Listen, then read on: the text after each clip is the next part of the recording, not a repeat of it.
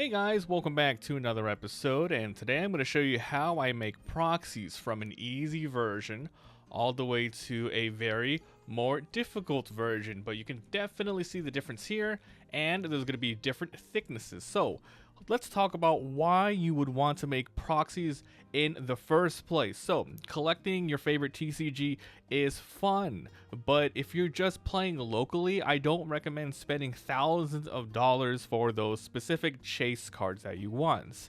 Another reason is that you would like to make your own custom cards. Maybe you want some fun alternate arts. And another good reason is that maybe the cards you want are just not available in your region or language. Perhaps, scalpers have been grabbing all the cards and you couldn't buy it even if you wanted to.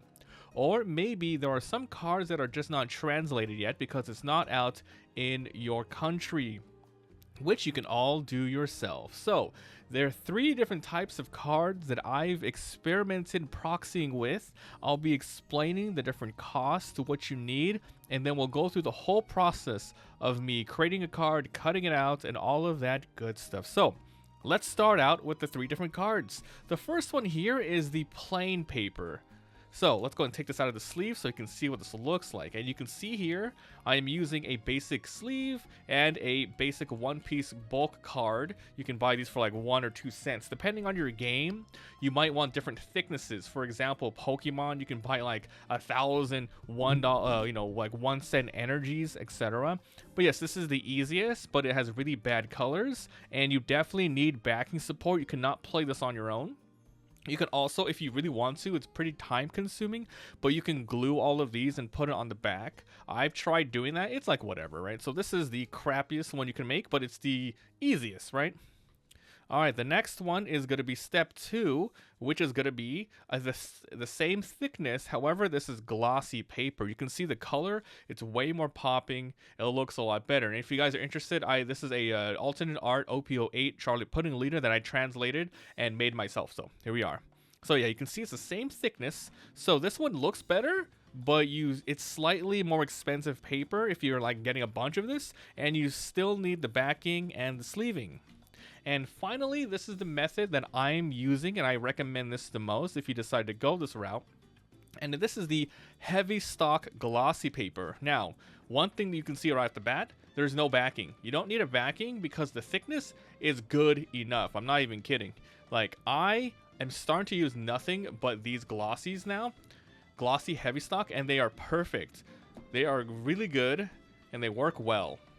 I love these a lot. So this is the method that I'm using, and we will talk about all of it in a second. But yeah, you can see the different thickness compared to this, compared to a piece of paper. But of course, it's not as, it's not 100% from like the regular Bandai stuff.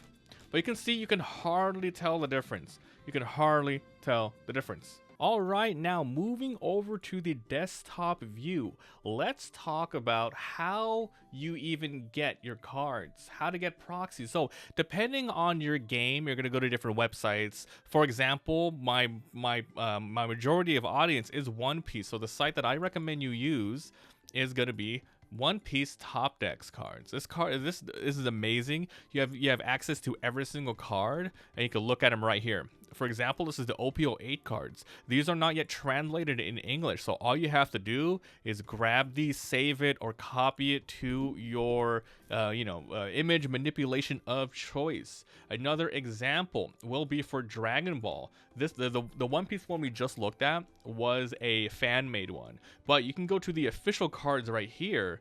You can see here, it looks amazing, and you can just copy this from here as well.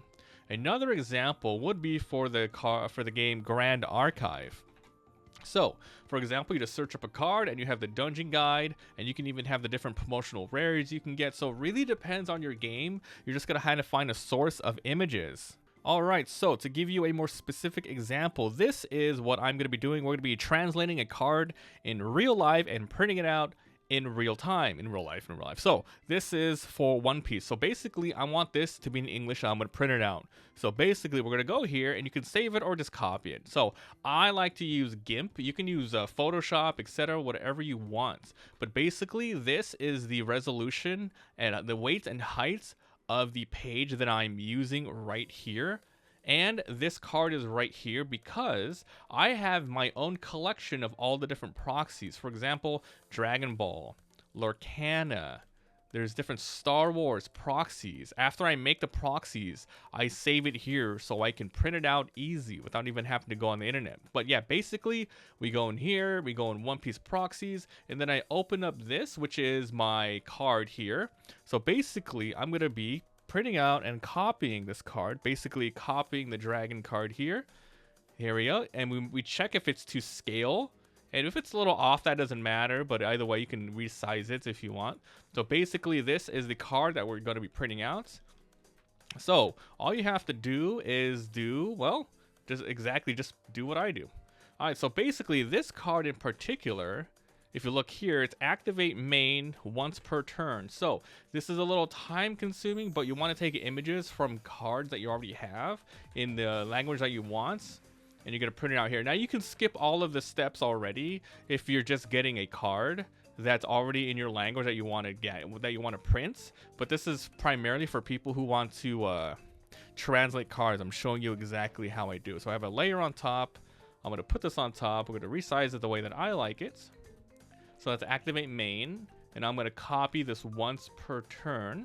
We're going to grab this as well. Zoom in a little bit. Open it up. There you go. There.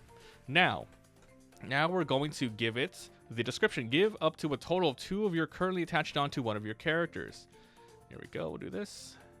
Put a little text box.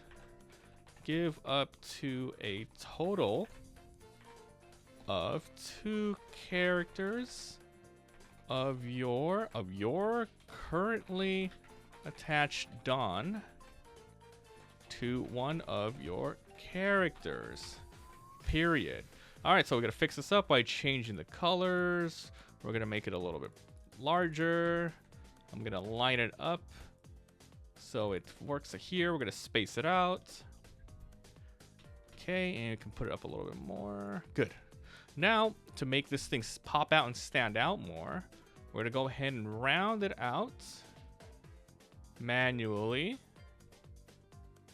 There you go. Now we're gonna feather it. Keep feathering it, brother. 25%. Lower the brightness. Sometimes that's not enough, so I lower the brightness even more. And then there, you have your description. Perfect. What about this part? Well, you can easily do the text box, but I like to go on this website here and get like a really cool looking one. And then all you do is paste it. Like so. Paste it. Monkey D. Dragon. Check that out. You can make it smaller, resize it any way you want. Monkey D. Dragon. And then, what is he? A revolutionary? Revolutionary Army? Revolutionary Army card. There you go. Resize it. And there you go. It's done. Now we're going to go ahead and print this card on the 3 different papers that I talked about. And I'm going to go ahead and put it here because I do not like wasting paper on my heavy stock. So I'm going to be putting it on a on one here that's ready to go.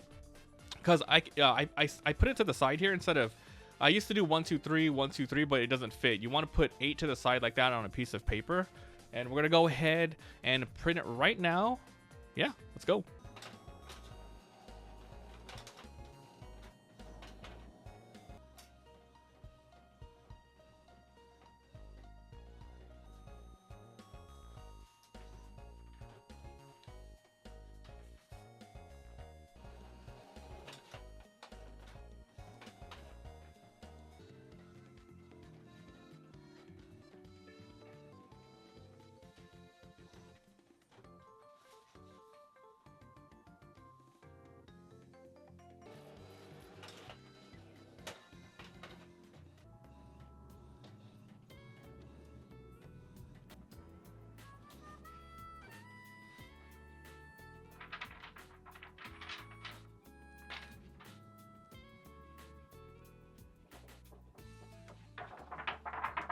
Alright, now that the printing is done, let me show you the exact printer that I'm using. This is the Epson EcoTank ET2800. There's going to be a link in the description if you guys want on Amazon, and all links have referral codes, so if you buy anything from there, it helps me out. Thank you very much. But this is what I've been using. Now, this thing is insane. This printer, it's $200, and it might seem expensive at first for entry-level proxy printing, but if you think about it, you're be saving hundreds of thousands of dollars on cards. And this thing is using ink bottles instead of ink cartridges. I kid you not. Since I've been printing proxies, I've printed over like 2,000 to 3,000 cards. I have never had to refill yet. I have about 20% of ink left, and then I'll be purchasing another, set of bottles here. But I've saved so much money buying this specific version. So there are better ones. This is the easiest one here. If you do want to spend more money, I do recommend you get one that allows you to have a better sort of size, right? So, just if you want to go a little bit expensive, I recommend the ET series Epson tanks. Okay, we're back, and let me show you my cutting process. So there are two different types of basic cutters you can find on Amazon. There is this one I'm using now, which I recommend. It's the guillotine type, and then there's the one where you have to slide. I use two of those sliding ones, and they are easy, faster, and quote-unquote safer because this thing does have a blade on it. However, those things dull fast, and they do not work well with a heavier stock. So let me show you exactly how I do this one here. All right, so basically line it up, easy peasy, have a little thingy here. And this thing is gonna take a little practice, but once you understand it, you get it. You can see here, you barely cut off a little bit. It's okay if you cut off a little bit, it's whatever. These are just proxy cards, so who cares, right? So I'm gonna go and do that, here, there, do it again.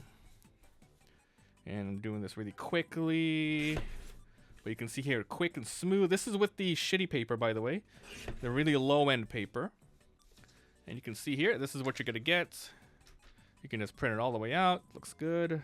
Let me just get the leader card out. Forget the rest of this.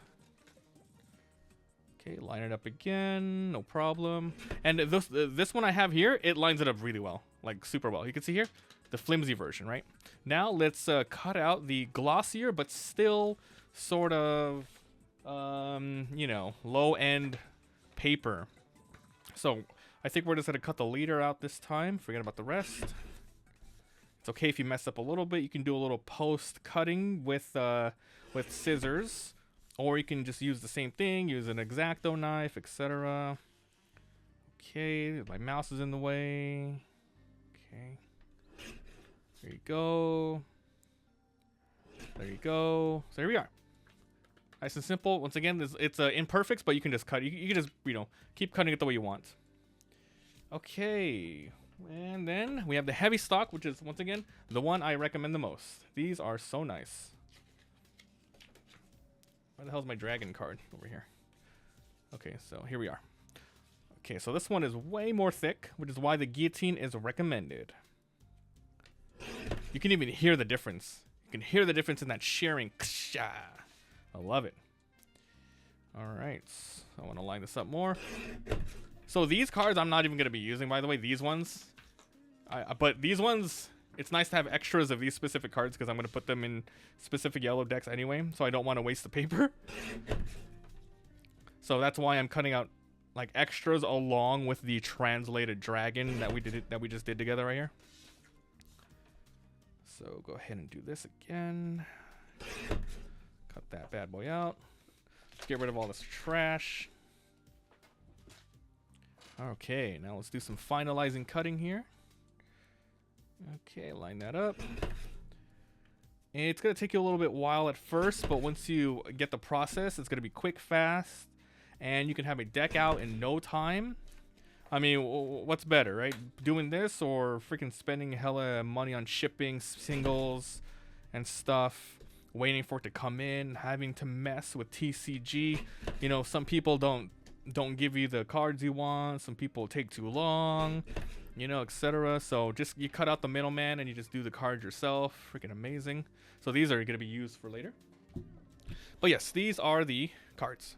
Okay, so now that you have the cards here, you can see the difference between flimsy regular printing paper to flimsy, better glossy looking ones, and my recommendation with the heavy stock looking good. So the image quality on the glossy and this one's okay. It's going to be different depending on the printer you have, but then once again, this one's quick and easy. The one I recommend, it's fast, etc. And if you want to do even more to these cards, you can buy this thing on Amazon as well to round it out. There's small corners, medium corners, and large corners. So you basically put it in and then you click,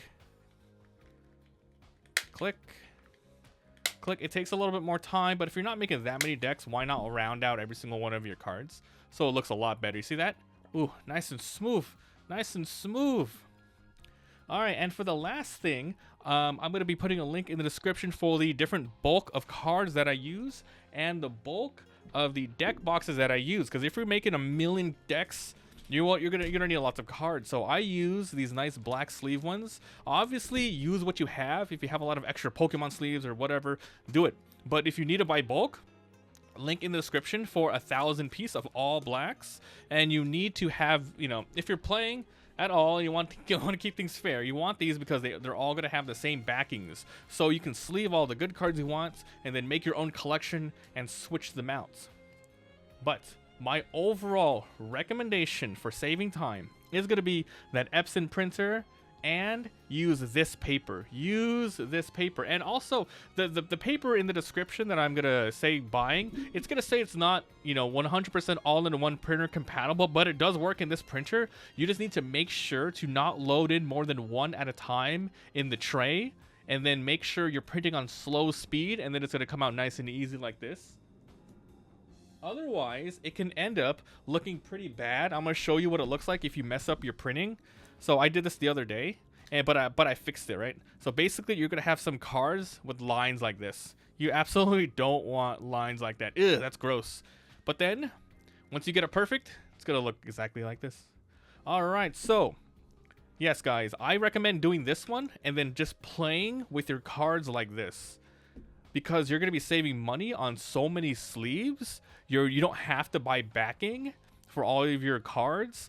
And you don't have to buy boxes. I have so many extra deck boxes that are just basic ones like this, where I put like my Dragon Ball, I put everything in here. And then I use my extra paper to, do these on the top. But yes, in conclusion, I recommend, do any method that you personally want. But remember, if you do decide to do this route without the heavy stock, you have to sleeve each one individually. You have to sleeve this in there. And then you have to buy backing. You have to buy boxes. You have to buy sleeves. But if you do this way, just the printer, just the cards, just the cutter, and you're done. And you're done. You save so much time. And then you just, you can even use deck boxes, or you can just do this. Because honestly, these are just proxies. And it doesn't really matter. Throughout the whole episode, I've been showing footage of me playing with some of these proxies. They work well, They work well. They work well, guys. So I recommend doing it this way. But yes, support your TCGs absolutely by spending money, but do not go overboard in spending. Like before I started doing proxies for my One Piece, I collected everything up until whatever the release was at the time. I spent like $2,000 to $3,000. It just got too much because, well, it's not supposed to be that much money. People just kept scalping it and selling it for high prices. So unless you're competing in high-end tournaments, don't do this. Definitely buy to collect and print proxies to play with friends, because who the hell cares if you're using real cards or not? Even if you don't want to translate it, get them in Japanese, right? Trust me, you'll have more access to any cards at a moment's notice without having to, buy them online, drive to a store, and then the deck building possibilities you have of having like, 4 of each, make some decks for your friends to play with. It will open up like crazy. Ever since printing, I've gotten into so many other TCGs that I would never have had the time or money. Grand Archive, Union Arena, which is not even out in English yet, but I am printing out a lot of those cards. I'll just give you an example right here. This is from a Yu Yu Hakusho set. I'm translating cards, and I'm going to be playing them and showing them off. So yeah, Union Arena is not even out in English. So we're playing that whole game right now. But yes, that's it, guys. If you have any other questions of something maybe I didn't get into, let me know down below. And yes, so yeah, 1, 2, and definitely do this one. Thanks for watching, and I'll see you guys next time. Bye.